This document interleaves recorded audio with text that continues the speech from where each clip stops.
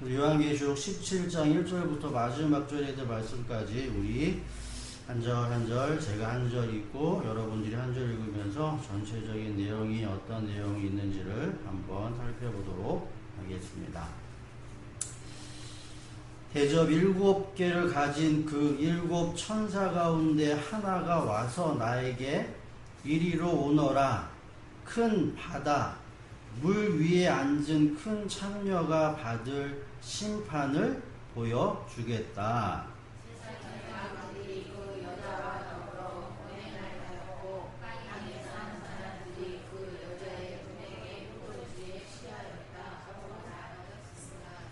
그리고 그 천사는 성령으로 나를 휩싸서 빈들로 데리고 갔습니다.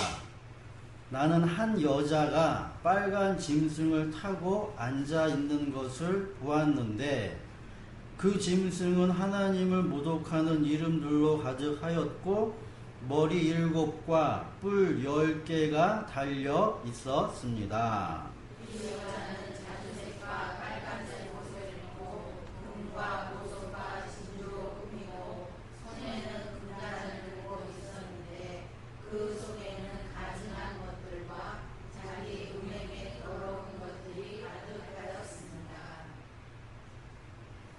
이게 누구겠어요? 대제사장. 율법. 그러니까 하나님께서 율법이라는 걸 주시고 대제사장의 거룩한 모습 속에서 너희들이 율법을 잘못 깨달아 알게 되어지면 그 대제사장이 큰 음녀가 된다라는 음녀. 화려함으로 가득 찬 12보석이 박힌 옷을 입고 있는 그 대제사장이 너희들이 잘못 이해하게 되면 큰 음료로 너희들이 쫓아서 죽게 된다는 얘기. 그러니까 여러분들이 성경을 보실 때 이게 딴 세상 얘기가 아니라 이걸 이렇게 여러분들 안에서 쉽게 말하면은 번역이란 거래. 번역. 금과 보석과 진주로 꾸미고 여자가 있고 자주색과 빨간색 옷을 입었다라고 해가지고 이게 다른 어떤 누구를 이렇게 이야기를 하는 게 아니라 성경은 그 안에서 모든 것들을 다 담고 있기 때문에 저는 이러한 모습들을 보면서 저는 대제사장이라고 번역을 한다는 얘기예요. 피무침을 받아야 되는 그런 대제사장이 율법의 우두머리가 되어져서 그 속죄일날 그 일들을 하잖아.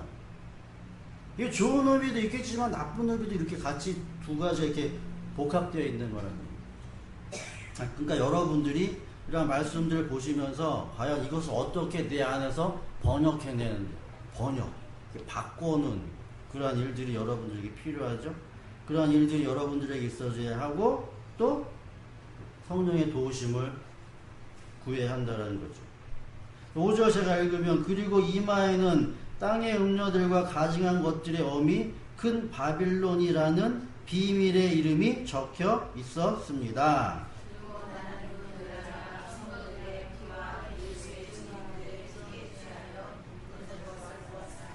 내가 그 여자를 보고 크게 놀라니 그때에 천사가 나에게 말하였습니다. 왜 놀라느냐? 나는 이 여자의 비밀과 이 여자를 태우고 다니는 머리 7과 뿔 10이 달린 그 짐승의 비밀을 너에게 말하여 주겠다.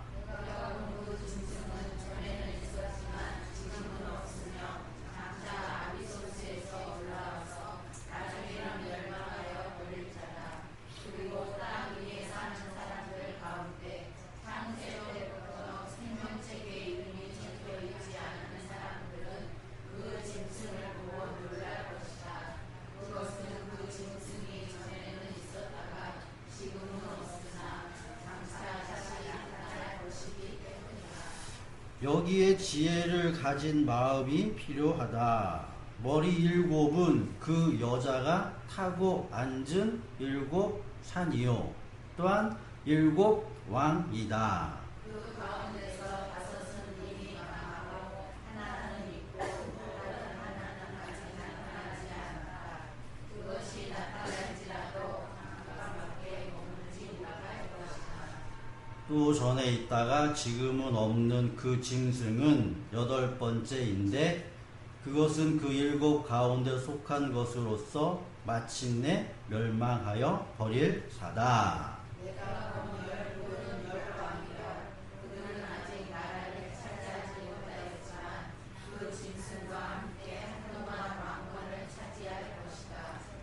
그들은 한 마음이 되어서 그들의 능력과 권세를 그 짐승에게 내줄 것이다. 그들이 어린 양에게 싸움을 걸었는데 어린 양이 그들을 이길 것이다.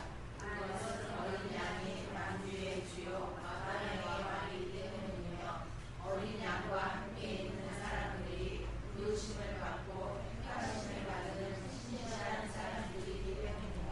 천사가 또 나에게 말하였습니다. 내가 본 물, 곧 그 창녀가 앉아있는 물은 백성들과 무리들과 민족들과 언어들이다. 그리고 내가 본 그 열불과 그 짐승은 그 창녀를 이용해서 미천사백에 만들고 벌거벗은 꼴로 만들 것이다. 그들은 그 창녀의 살을 삼키고 그 여자를 불에 태울 것이다. 그것은 하나님께서 당신의 말씀을 이루실 때까지 당신의 뜻을 행하려는 마음을 그들에게 주셔서 그들이 한 마음이 되어 그들의 나라를 그 짐승에게 주게 하셨기 때문이다. 세상의 임금들을 다스리는 통치권을 가진 큰 도시를 가리킨다. 아멘.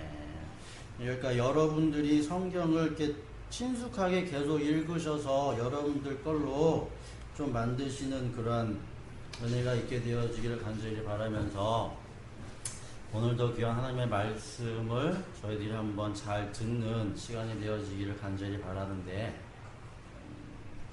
세상에는 많은 종교가 있죠. 여러 종교가 있어요. 물론 기독교, 불교, 유교, 천주교, 하여튼 수없이 많은 종교들이 있는데 그 모든 종교들의 특징은 뭐냐면 우리들이 이 세상에서 살다가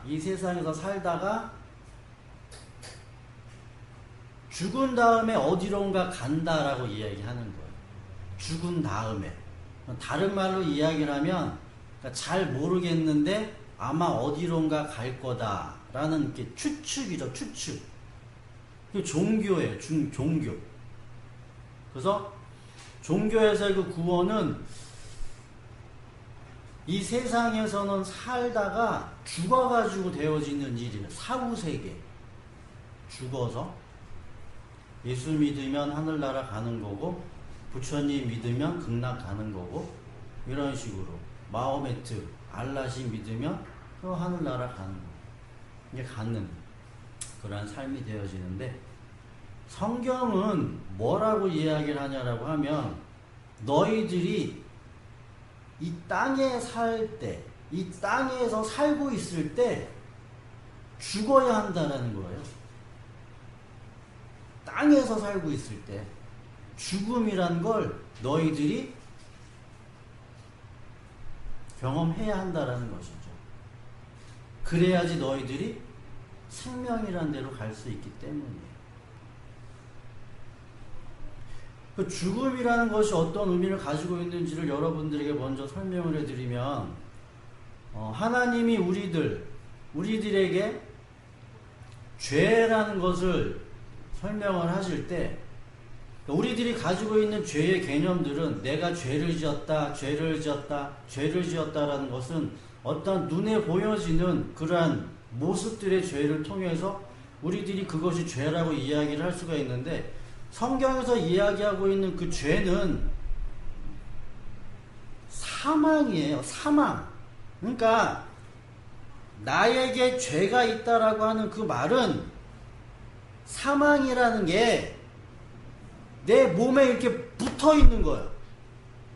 그래서 내가 어디를 가든지 이 사망이 뭐 하는 거예요? 쫓아와요. 쫓아와. 그래서 결국에는 맨 마지막에는 나를 이 사망이 데리고 간다는 얘기예요. 그게 죄예요. 죄. 그러니까 사망이 왕노릇한다. 사망의 권세. 다시 말하면 이 사망이 이 땅의 권세를 가지고 있는 어떠한 존재라는 얘기죠. 그래서 하나님께서 이 세상을 만드시고, 자, 하나님께서 이 세상을 땅을 만드셨죠. 땅. 그죠? 이거는 하늘에 있는 땅이 아니라 물 아래에 있는 땅이라는 얘기예요. 이 땅. 이 땅이라는 곳을 이렇게 만드시고, 그 땅에다가 이렇게 둘레를 이렇게 딱 치시고, 여기다가 에덴 동산을 하나님이 만드셨죠. 그죠? 자, 보세요. 하나님이 둘레를 이렇게 치긴 쳤는데, 이 땅은 무슨 땅이다? 아래 땅이죠. 아래 땅. 그죠? 그래서 이 땅은 원래 아래 땅이기 때문에 이 땅에서 나는 모든 식물들은 맨 처음에는 죽음의 열매를 내놓는 거예요.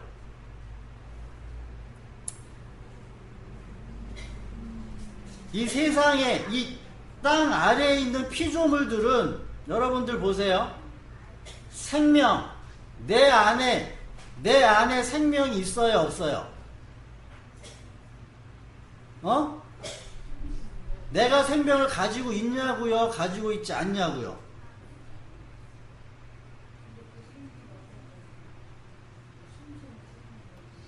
그래요. 그럼 숨 쉬는 생명이라고 이야기를 합시다.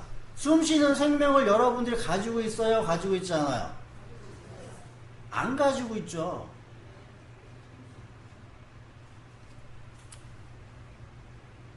내가 숨 쉴 수 있는 건 내 스스로 내 안에서 자생하는 힘이 나와가지고 나를 숨쉬게 하는 게 아니잖아요. 그죠?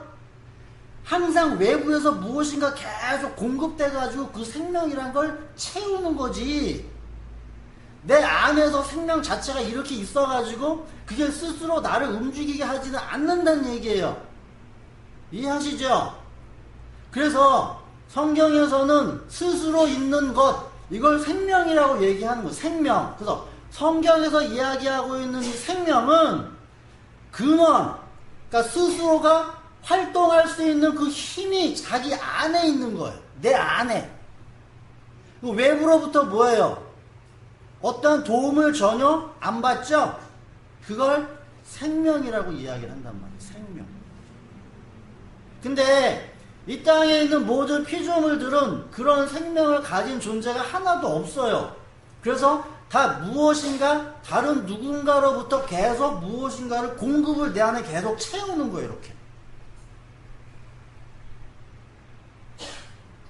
예를 들어서 동물들, 땅에 사는 동물들, 사람, 우리들도 뭐 하는 거예요? 생명을 유지하기 위해서는 호흡이란 것도 해야 되고, 그 다음에 땅이라는 걸 통해서 얻는 음식물들을 계속 내 안에다 섭취를 해야 되는 거죠? 그죠? 자, 보세요. 자, 하나님이 맨 처음에 땅을 이렇게 만들어 놓고 에덴 동산을 이렇게 딱 둘러쳐서 그 안에서 많은 과일, 열매 내는 과일들, 많은 과일들을 하나님이 풍성히 내놓아라 라고 하나님이 하셨는데, 근데 그 에덴 동산 처음에서 그 땅에서 나는 모든 나무들은, 그래서 맨 처음에 무슨 나무가 나오냐라고 하면 선악을 알게 아는 그 나무가 이렇게 나온 거예요. 땅에서 그 나무가 나와가지고 그 나무를 니네들이 먹으면 뭐 한다고 그랬어요? 그래서 그냥 죽는다고 얘기했다는 얘기죠. 근데 우리들은 뭐 해야 한다고요? 그 생명이라는 걸 얻기 위해서는 외부로부터 무엇인가를 공급받아야 한다고 했죠?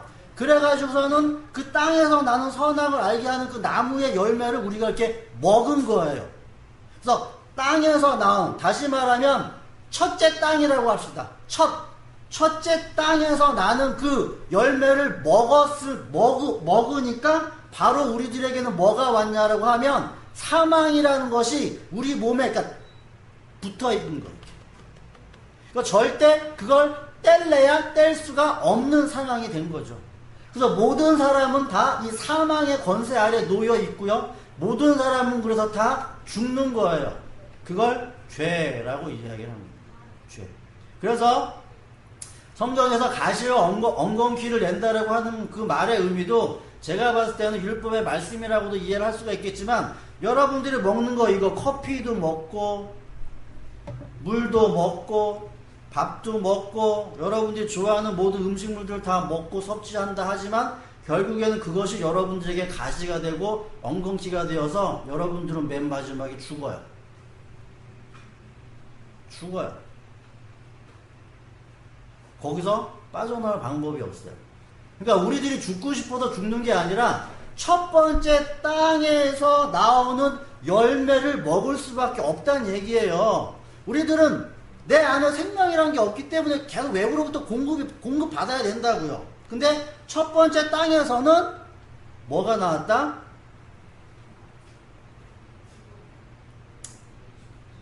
좋은 열매가 나온 게 아니라 죽음의 열매가 나온다는 얘기죠. 그래서 그걸 우리들이 먹었어요. 에덴 동산 둘러쳤죠. 근데 에덴 동산이라는 것은 하나님께서 약속하신 땅의 모형이에요. 그럼 그 땅에서는 뭐가 나온다는 얘기예요? 생명의 씨앗이 나온다는 그 땅은 약속한 땅이에요. 근데 첫 번째 땅에서는 그 땅이 생명의 씨를 냈다 못 냈다? 못 냈어요. 그래서 쫓아냈죠. 다시 말하면 쫓아냈다라는 이야기는 이스라엘 사람들이 하나님의 그 거룩한 땅에서 살다가 70년 동안 바벨론의 포로로 된 거와 마찬가지로 바깥에 외부로 나갔다가 그럼 하나님이 그 땅을 뭐 하게 하신다는 거예요? 거룩하게 만들어 놓은 다음에 다시 이렇게 불러들인다는 얘기죠. 마찬가지로 에덴 동산이라는 곳을 하나님이 만들어 놓으시고 그곳에서 이렇게 바깥으로 나가게 한 다음에 다시 에덴 동산이라는 곳 안으로 들이신다는 얘기예요. 다시 에덴 동산으로 안으로 들일 때 그 땅은 어떤 땅으로 바뀌어 있냐라고 하면 거룩한 땅으로 바뀌어 있는 거예요. 거룩한 땅으로 에덴 동산은. 그럼 거룩한 땅이기 때문에 그 땅에서 나는 열매는 무슨 열매다? 생명의 열매라는 거, 열매. 그래서 우리들이 영원히 살 수 있는 그 방법은 그거죠. 그 안에 거룩한 땅에서 나오는 생명의 열매를 뭐 하면 된다? 먹으면 영원히 사는 거예요. 그거 먹으면 영원히 산다고. 그래서 그 일을 하시기 위해서 그 옛 첫 아담이라는 그 예수 그리스도의 그 몸이 육신으로 입고서 이 땅에 이렇게 오셔가지고 그 자기 몸이 뭐 하는 거예요? 첫 번째 땅과 똑같은 거죠. 자기 몸에서는 사망이라는 걸 내어놓는 그러한 몸인데 이 몸이 예수님이 뭐 하는 거예요? 죽죠. 그 죽음으로 말미암아서 자기가 뭐 하는 거예요? 생명의 땅이라는 걸로 이렇게 바꾸잖아요. 자기 몸을. 그 안에는 무엇이 있기 때문에? 생명이 있기 때문에 사망이 그 생명을 뭐 하지 못하는 거예요? 잡아먹지 못하는 거예요. 우리들은 생명이 없어요. 우리들은 생명이 없기 때문에 사망이 우리들을 잡아먹을 수가 있는 거고. 그렇게 되어져요. 그래서 예수 그리스도가 이 거룩한 땅이라는 곳으로 변화시킨 다음에 하나님의 백성, 하나님의 자녀들을 그 안으로 이렇게 불러들이는 거예요. 이렇게 불러들여요. 그래서 우리들은 그 안에서 살면 영원히 사는 거예요. 그래서 생명을 공급받음으로 말미암아. 그러니까 쉽게 말해서 여러분들이 불로초라는 그런 약초가 있겠죠. 그죠? 그 불로초라는 약초가 장생이 그 정말로 그렇다라고 하면 그거 계속 먹으면 뭐 한다는 거예요? 죽지 않고 영원히 살 수 있는 방법이죠. 그거하고 마찬가지로 예수 그리스도라는 그분의 말을 믿고 너희들이 나를 따라오면 내가 그 약초를 너희들에게 주겠다라고 하는 이야기랑 똑같은 거예요. 근데 중요한 건 뭐냐면 그것을 우리들에게 약속을 하시고 먼 미래, 먼 장래에 내가 죽을 때 그럴 것이다 라고 하는 그런 추측 속에서 내가 따라가는 게 아니라 그러한 죽음을 먼저 우리들에게 뭐 하는 거예요? 주시는 거죠. 그래서 성도에게서의 죽음은 생명이에요. 왜 그러냐라고 하면 자 보세요. 내가 첫 번째 이 땅에서 태어나면 내 몸에 뭐가 붙어 있다 이미? 사망이 나를 이렇게 붙어 감싸고 있죠. 그죠? 사망이 나를 감싸고 있단 말이에요. 이렇게. 그래서 내가 어디를 가든지 무엇을 하든지 그 사망이 나를 계속 쫓아온다고 이렇게. 그래서 그 사망 때문에 내가 죽는데 이 사망을 뭐 하는 거예요? 죽여버리죠. 나에게 붙어있는 이 사망을 예수님이 뭐 하는 거예요? 죽이는 거예요. 그럼 나는 이 사망과 함께 죽는 거예요. 죽어. 죽은 다음에 예수 안에는 무엇이 있기 때문에? 생명이 있기 때문에 그 사망이 생명을 이기지 못하고 생명이 승리를 함으로 말미암아서 우리들은 영원한 생명을 얻었다라고 성경은 얘기하는 거죠. 이걸 첫째 부활이라고 이야기를 합니다. 첫째 부활. 그래서 성경에서는 성도는 반드시 이 세상에서 내가 살아있는 가운데 사망의 권세에서 벗어남을 내가 경험해야 한다라고 이야기를 하는 거예요. 그러니까 여러분들이 이 세상에 살면서 내가 죽었다라는 그 느낌을 받아야 되는 거죠. 그럼 죽었다라는 그 느낌이 어떤 의미를 가지고 있는지 우리들이 도통 이해하기가 어렵잖아요. 그죠? 그래서 내가 죽었다라는 그 의미를 성경에서는 뭐라고 설명을 하냐라고 하면 날로 설명을 해요. 그래서 날. 첫째 날, 둘째 날, 셋째 날, 넷째 날, 다섯째 날, 여섯째 날. 여섯째 날에, 쉽게 말하면 여섯째 날에 내가 십자가를 지는 거예요. 내가 십자가를 지고 내가 죽어요. 그리고 부활해서 안식이라는 곳에 이르면 실로 완성이 되죠. 그래서 그걸 성경에서는 구원이라고 이야기를 합니다. 그럼 내가 죽기까지는 며칠이 걸려요? 그래서 그 6일이 걸려요. 내가 죽기까지 6일이 걸린다고요. 그거를 요한계시록에서는 인, 나팔, 대접이라는 것을 설명을 이렇게 하는 거예요. 그래서 제가 오늘은 여러분들에게 있어서 날, 성경에서의 날이라는 개념을 한번 설명을 해 드릴 텐데, 자, 여러분들이 이렇게 이해를 하시면 돼요. 교회에서 교리적으로 이야기를 할 때는 칼빈, 기독교 장로교에서는 우리들에게 구원은 단 이례적이라고 이야기를 합니다. 그러니까 성령이라는 분이 내 안에 계시면 나는 단번에 구원받는다라고 이야기를 해요. 감리교에서는 아니다. 성화까지, 완전한 성화까지 가야지 내가 구원받는 거지 그 전에는 구원이 아니다라고 이야기를 한다는 얘기죠. 그러니까 거룩한 모습으로 내가 변화되는 것을 이야기를 한다는 얘기죠. 그 구원이라고 이야기를 합니다. 근데 제가 봤을 때 성경에서의 구원은 7로 이루어진 거예요. 7. 7. 그 과정이 7 과정이라는 것이죠. 1서부터 이렇게 이해를 하세요. 1서부터 4가 한 번에 끝나요. 원래는. 땅이 넷이죠. 그래서 첫째, 둘째, 셋째, 넷째가 원래는 한 번에 끝난다는 얘기예요. 이렇게. 한 번에 딱. 근데 이걸 또 다시 설명을 해요. 5이라는 것으로 설명을 하고 6이라는 것으로 설명한단 말이에요. 두 개를 또. 그래서 7이라는 걸로 끝난다는 거죠. 마태복음 5장 26절에 보면 어떤 얘기가 기록되어져 있냐라고 하면 살인에 대해서 이야기합니다. 예수님이 살인에 대해서 이야기를 하면서 옛날에는 살인하면은 너희들 죄진 거야 라고 이야기를 했는데 나는 너희들에게 뭐라고 얘기를 하냐라고 하면 형제를 미워해도 살인이야. 그렇기 때문에 만약에 형제를 미워했다 하면 니네들 감옥 간다. 감옥 가는데 거기서 풀려나오기 위해서는 홀이라도 남김없이 다 갚기 전에는 못 나온다는 얘기가 나오죠. 거기서 홀이가 4분의 1이라는 얘기. 4분의 1. 아브라함이 하나님과 약속을 했을 때 하나님께서 아브라함에게 뭐라고 명령을 하냐라고 하면 너는 3, 셋을 준비해. 셋을 준비하면 마지막 내가 하나를 채워가지고 4로 완성을 해서 언약을 너에게 줄게 라고 이야기를 한 거와 마찬가지로 3. 이 세상에선 3이라는 걸로 이렇게 채워지면 마지막에 하나님께서 하나를 딱 얹어가지고 4로 완성을 한단 말이에요. 그게 요한계시록 4번째 나팔에서 4분의 1로 모든 생물들을 멸망한다는 얘기예요. 4분의 1. 4분의 1. 그래서 4. 그리고 다섯째, 여섯째, 일곱째.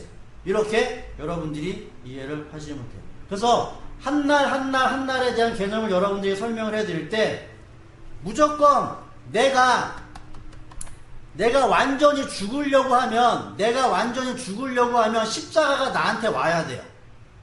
십자가가 나한테 와야 돼요. 근데 이걸 여러분들이 이해를 하실 때 이 십자가가 단번에 온다라고 이해하지 마세요.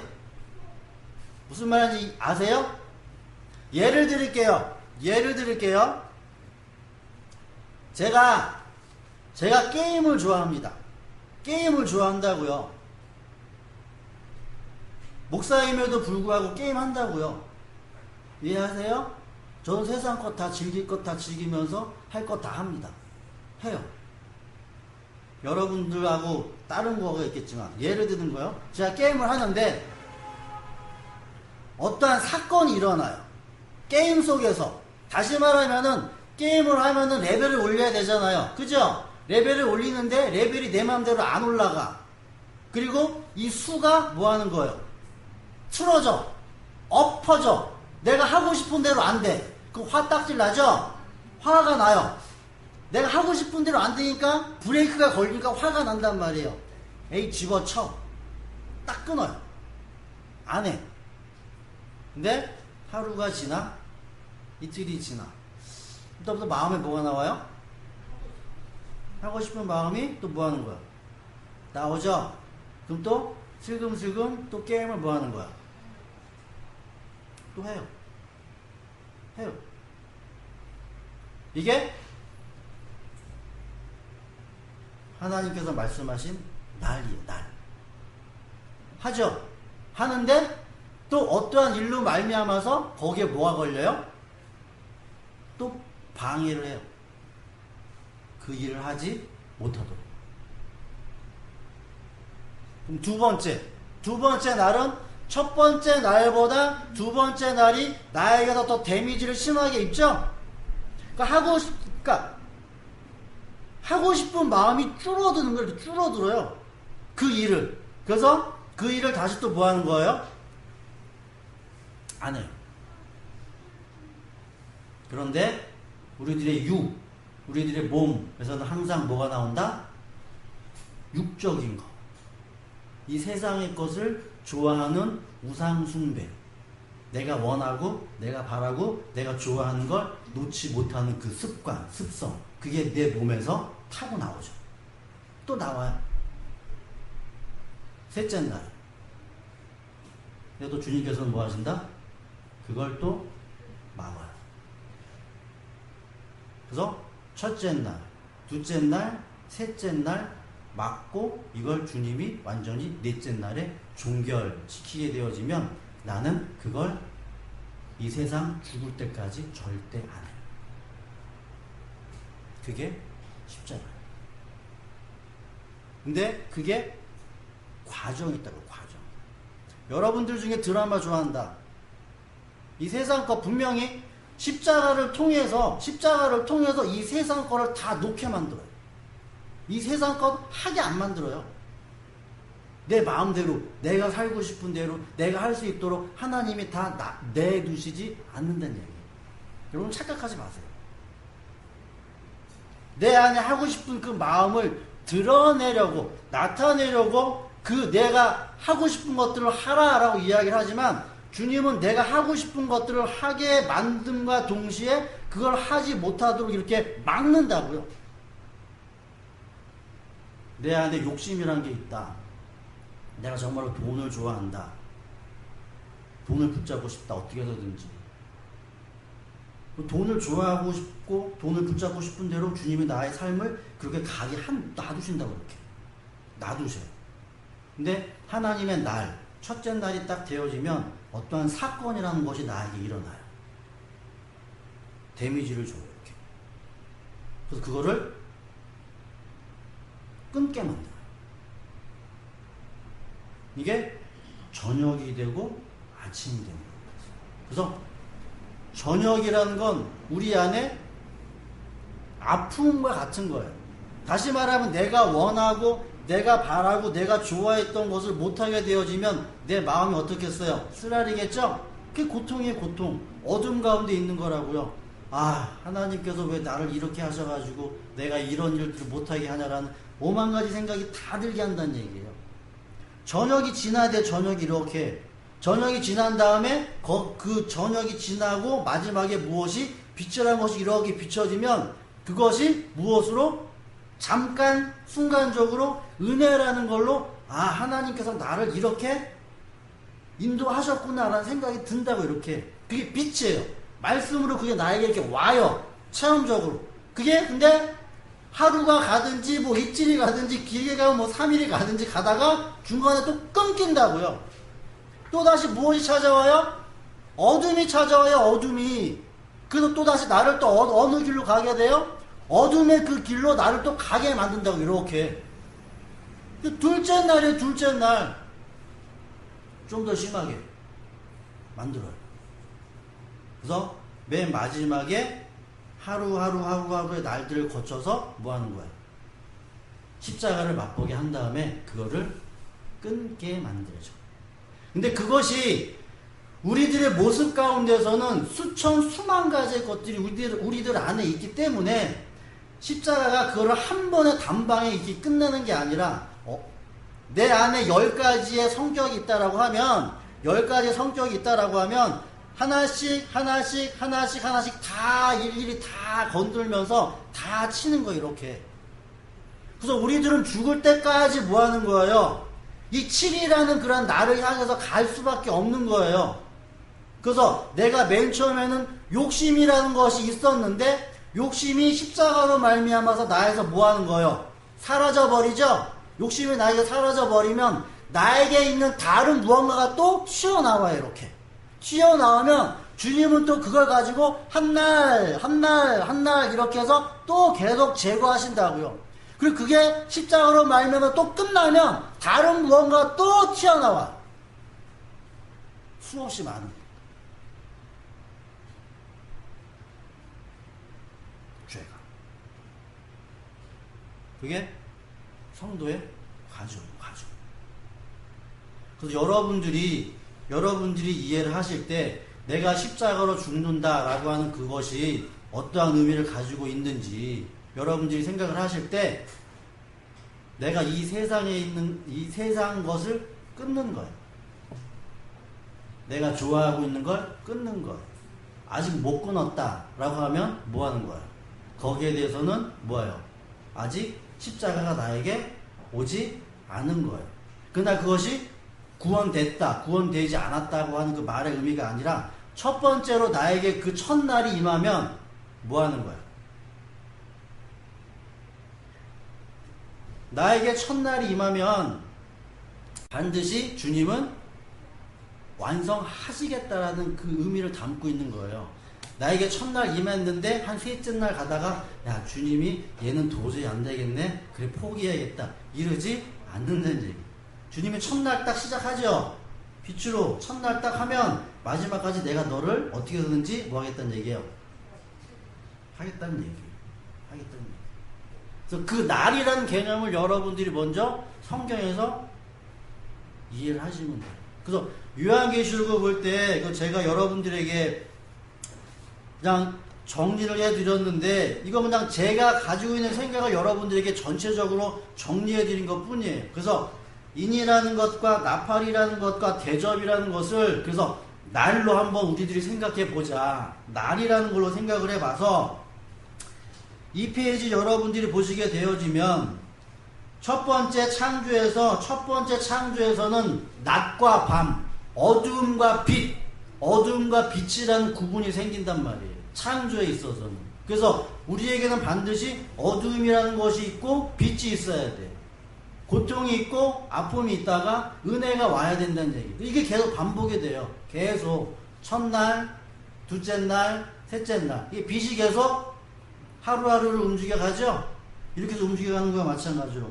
그랬을 때 흰말을 가지고 있는 이 자는 활을 가지고 이기려고 나간다고 여러분들에게 말씀을 드렸고, 또 이것은 피 섞인 우박과 불이 나와 땅, 나무, 풀의 3분의 1이 타버리는 그 일들이 이루어진다 라고 여러분들에게 설명을 해드렸고, 그렇게 여러분들이 이러한 내용들을 보시면서 요한계시록의 전체적인 내용을 여러분들이 머릿속에 한번 담으세요.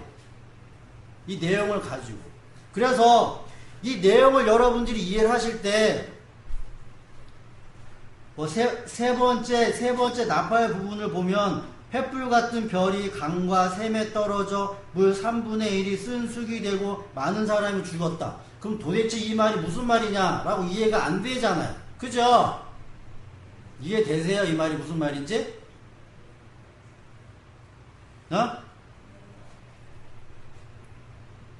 요한복음 볼게요. 요한복음 1장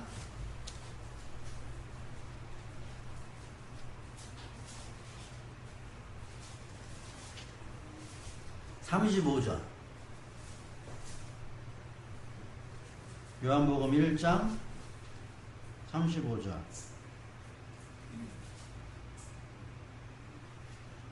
요한복음 1장 35절. 다음날 요한이 다시 자기 제자 두 사람과 같이 서 있다가 예수께서 지나가시는 것을 보고서 보아라 하나님의 어린 양이다 하고 말하였다. 그 두 제자는 요한이 하는 말을 듣고 예수를 따라갔다. 예수께서 돌아서서 그들이 따라오는 것을 보시고 물으셨다. 너희는 무엇을 찾고 있느냐? 그들은 랍비님 어디에 묵고 계십니까? 하고 말하였다. 랍비는 선생님이라는 말이다. 예수께서 그들에게 대답하셨다. 와서 보아라. 그들이 따라가서 예수께서 묵고 계시는 것을 보고 그 날을 그와 함께 지냈다. 때는 오후 4시쯤이었다. 요한의 말을 듣고 예수를 따라간 두 사람 가운데 한 사람은 시몬 베드로와 형제가 아닌 안드레였다. 이 사람은 먼저 자기 형 시몬을 만나서 말하였다. 우리가 메시아를 만났소. 메시아는 그리스도라는 말이다. 그런 다음에 시몬을 예수께로 데리고 왔다. 예수께서 그를 보시고 말씀하셨다. 너는 요한의 아들 시몬이로구나. 앞으로는 너를 게바라고 부르겠다. 게바는 베드로 곧 바위라는 말이다. 이 말은 이해되세요? 그럼 이 말은 이해되고 왜 요한계시록에 그 말은 이해가 안 되죠?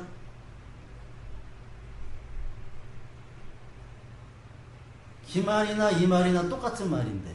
그러니까 여러분들이 요한계시록 지금 제가 읽은 이 말은 이해 못하고 있다는 얘기예요. 이해 못하고 있다는 얘기예요. 여러분들이 이렇게 보세요. 성경에서 기록되어져 있는 말들, 성경에서 기록되어져 있는 이 말들, 이 계시에 있는 이 말들은 역사에 있는 말하고 똑같은 말임에도 불구하고 우리들이 이해를 하지 못하고 있다는 얘기죠. 여러분들이 보세요. 그래서 요한계시록을 여러분들이 보실 때 먼저 이렇게 보세요.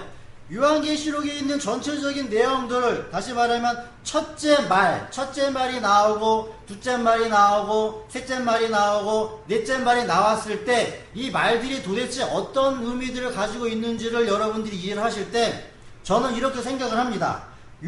사도 요한이라는 사람이 요한계시록도 쓰고 요한복음도 쓰고 요한 1, 2, 3주도 썼기 때문에 이 사람의 관점은 하나의 관점을 가지고 있어요. 창조라는 개념을 가지고 있기 때문에 그 창조의 개념들이 날이라는 개념 속에서 사도 요한은 써놨어요. 자, 볼게요. 그래서 요한복음 1장 볼게요. 요한복음 1장. 이렇게 제가 요한복음 1장과 요한계시록을 제가 연결을 할게요. 요한복음 1장에 보면은 1장 1절. 태초에 말씀이 계셨다. 그 말씀은 하나님과 함께 계셨고 그 말씀은 하나님이셨다. 그는 태초에 하나님과 함께 계셨고 모든 것이 그로 말미암아 창조되었으니 그가 없이 창조된 것은 하나도 없다. 창조된 것은 그에게 생명을 얻었으니 그 생명은 사람의 빛. 다시 말하면 첫째 날, 태초에 첫날에 빛이 있었다. 빛이 있었다. 첫날에. 근데 그 빛이 어디로 왔느냐? 어둠이라는 곳에 왔죠? 그죠? 자, 흰 말, 하얀 말, 이 빛이 활을 가지고 이기려고 나와왔어요. 다시 말하면 이기려고 왔단 말이죠. 뭘 이기려고 왔겠어요? 어둠이라는 곳에 빛이라는 것을 던져주기 위해 왔다는 얘기예요. 왔어요. 이렇게 빛으로 왔단 말이에요. 빛으로.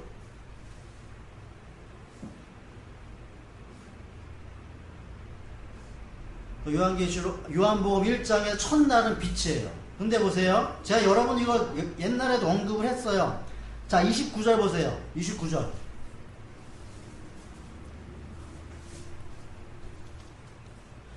사도 요한은 이런 표현을 씁니다. 첫날에서 빛이라는 걸 이야기를 하고 29절에서 다음날 요한은 이야기하죠.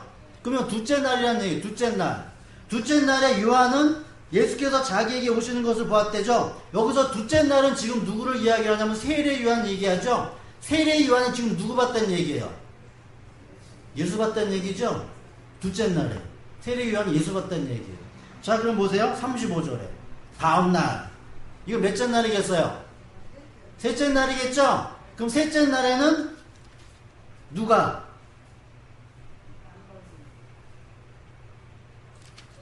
요한의 제자가 있는데 그 중에 안드레라는 사람이 있어요. 안드레라는 사람이 예수를 먼저 보고, 그죠? 그 다음에 그 안드레라는 사람이 예수를 누구에게 소개를 해요? 베드로라는 사람에게 소개를 하죠. 그래서 베드로 보고 뭐야? 와라 얘기하죠. 셋째 날. 그래서 셋째 날에는 누구예요? 또 안드레라는 사람과 베드로라는 사람. 이 사람들이 누구를 만나요? 예수를 만나죠. 첫째 날에 그 빛이 둘째 날, 셋째 날 어둠이라는 곳에 빛을 비춰주죠. 그랬을 때 어둠이 뭐 하는 거야? 빛을 쫓아가죠. 따라간다는 얘기예요. 그 내용이 요한복음 1장에 기록되어져 있죠. 자, 그리고 43절 다음날 넷째 날 나오죠. 넷째 날 예수께서 갈릴리로 떠나려고 하셨을 때 그때 이제 넷째 날에 누구를 만나느냐? 빌립을 만나죠. 빌립을 만나요. 예수님이 먼저 빌립을 만나고 이 빌립이 예수를 알아보고 다시 보여요. 빌립이 누구에게 얘기를 하냐면 나다나엘이라는 사람에게 나 메시아 만났다라고 이야기를 한다는 얘기죠. 이게 첫째 날의 빛, 둘째 날, 셋째 날, 넷째 날 다 누구 이야기하냐면 하나님의 택한 백성, 성도, 자녀, 어두움이라는 곳에서 빛으로 인도되어진 이러한 사람들을 지금 다 언급을 하고 있죠. 날이라는 개념을 통해서 한 날 이렇게 해서. 그래서 넷째 날, 그래서 완성이야. 다 끝나요. 넷째 날을 통해서 모든 어두움 가운데 있는 그런 자들이 빛을 보고 거기로 간다는 얘기예요. 가요. 그리고 요한복음 2장에서 사흘째 3일로 건넜대요. 그래서 다섯째 날, 여섯째 날을 쭉 빼고 사흘날 3일이죠. 3일이면 며칠이란 얘기예요? 4일 지났죠. 4일 지나서 사흘째 되는 날이니까 7일이죠. 7일이면 무슨 일이 있는 거예요? 안식이 있는 날이겠죠. 그럼 무슨 안식이냐? 혼인잔치라는 그 잔치 속에서 예수 그리스도가 물포도주를 기적으로 베푼 사건이 일어나는 거예요. 그래서 이것을 사도 요한은 첫 표적이라고 이야기하는데 뒤를 쭉 읽어봐도 두 번째 표적, 세 번째 표적 이런 얘기가 없어요. 첫 번째 표적이자 마지막 표적이에요. 끝이에요. 끝 하나. 혼인잔치에서 베푸신 기적이에요. 그럼 거기서 예수 그리스도가 신랑이에요? 신랑이 아니에요? 여기서는 신랑이 아니죠? 가나안 혼인잔치에서는 신랑이 아니란 얘기야. 근데 뭐 하겠다는 얘기예요? 내가 물포도주의 기적을 일으킨 그 사건이 되어지면 내가 신랑이 되고 누구가 신부를 뭐 하는 거예요? 그 혼인잔치에 뭐 하겠는 거예요? 초청하겠다는 얘기죠? 그래서 7로 내가 마치겠다는 얘기를 하는 거예요. 그래서 요한복음을 여러분들이 보실 때 요한복음은 예수님이 사셨던 그 공생의 그런 3년 기간 동에서 3년 기간을 다 설명한 것이 아니라 어디에 집중적으로 초점을 맞추고 있냐면 6월절이라는 거에 초점을 맞춰서 6월절이라는 것에 초점을 맞춰서 사도 요한은 다 그때 예수님이 하신 말씀들을 다 이렇게 기록을 했다는 얘기. 십자가 지시기 전날 그 과정을 중심으로 해서 사도 요한은 기록을 하고 있다는 얘기. 그래서 요한계시록 지금 17장, 16장도 여러분들이 보실 때 요한계시록에 있는 내용들을 번역을 하실 때, 해석을 하실 때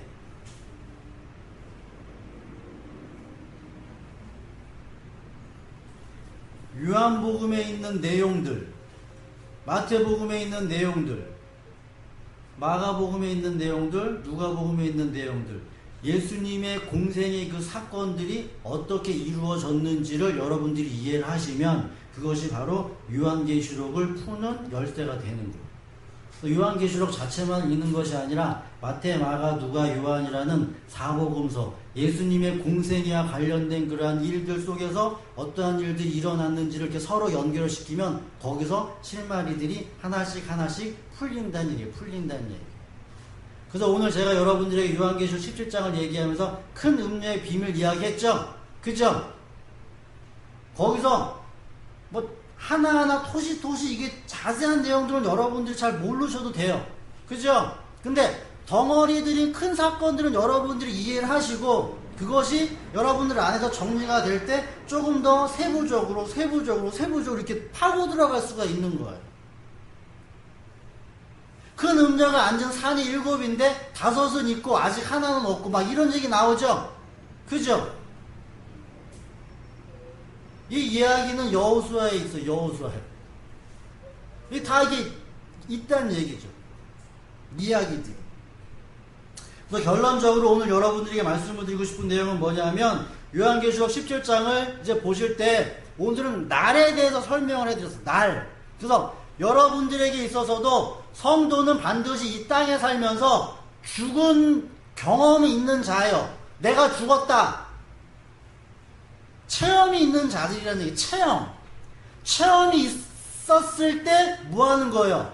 나는 예수 만났다라는 체험이 있는 거죠. 나는 예수 만났다라는 체험을 가지고 요한복음에서 빌립이 나다나엘을 데리고 온 거와 마찬가지로 안드레와 베드로를 데리고 온 거와 마찬가지로 세례 요한이 세상 죄를 지고 가는 하나님의 어린 양이다라는 선포를 하는 거와 마찬가지로 내가 만난 예수를 다른 누군가에게 이야기할 수가 있어야 되죠.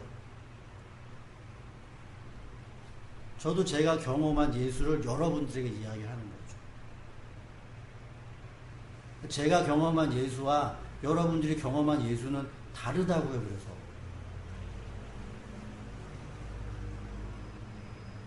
제가 경험한 예수를 소개하는 거예요. 여러분들 그 이야기를 듣고 그런가 아닌가 누구를 보는 거예요? 예수를 따라라 봐야 될 거 아니에요. 이렇게 첫째 날, 둘째 날, 셋째 날, 넷째 날처럼 예수를 따라가야 될 거 아니에요. 예수를 따라가면 예수께서 뭐 하는 거예요? 가르쳐 주시겠죠? 알려주시겠죠? 그러면 예수의 제자가 돼요. 제자. 그래서 우리 예담교회 성도 여러분들은 이 구원이라는 개념, 안식에 들어간 그 구원이라는 개념은 어둠에서 빛으로 첫째 날이 지나고 어둠에서 빛으로 둘째 날이 지나고 어둠에서 빛으로 셋째 날이 지나는 이 과정 속에 여러분들이 있는 거예요. 그래서 내가 됐다 안 됐다라는 것을 여러분들이 염려하지 마시고 내가 첫째 날을 거쳤는지 내가 아직 어둠에 있는지 내가 빛에 있는지 이런 나 자신들을 살피면서 차근차근 하나씩 여러분들의 삶을 사시게 되면 주님이 여러분들의 사건을 이렇게 개입을 한다고요. 개입을 해가지고 주님이 하루를 만들어요. 주님이 한 날을 이렇게 만드신다는 얘기. 그럼 거기에서 내가 한 날을 내가 지났구나 이렇게 인식하시면서 사는 거죠. 그럼 나에게 또 뭐 한다? 두 번째 날이 또 뭐 하겠구나? 오겠구나. 확인하면서 내가 옛날에 좋아했던 것 내가 이제는 버렸구나. 그럼 다른 좋아하는 뭔가가 또 튀어나오겠죠? 그럼 그것도 버리게 하시겠구나.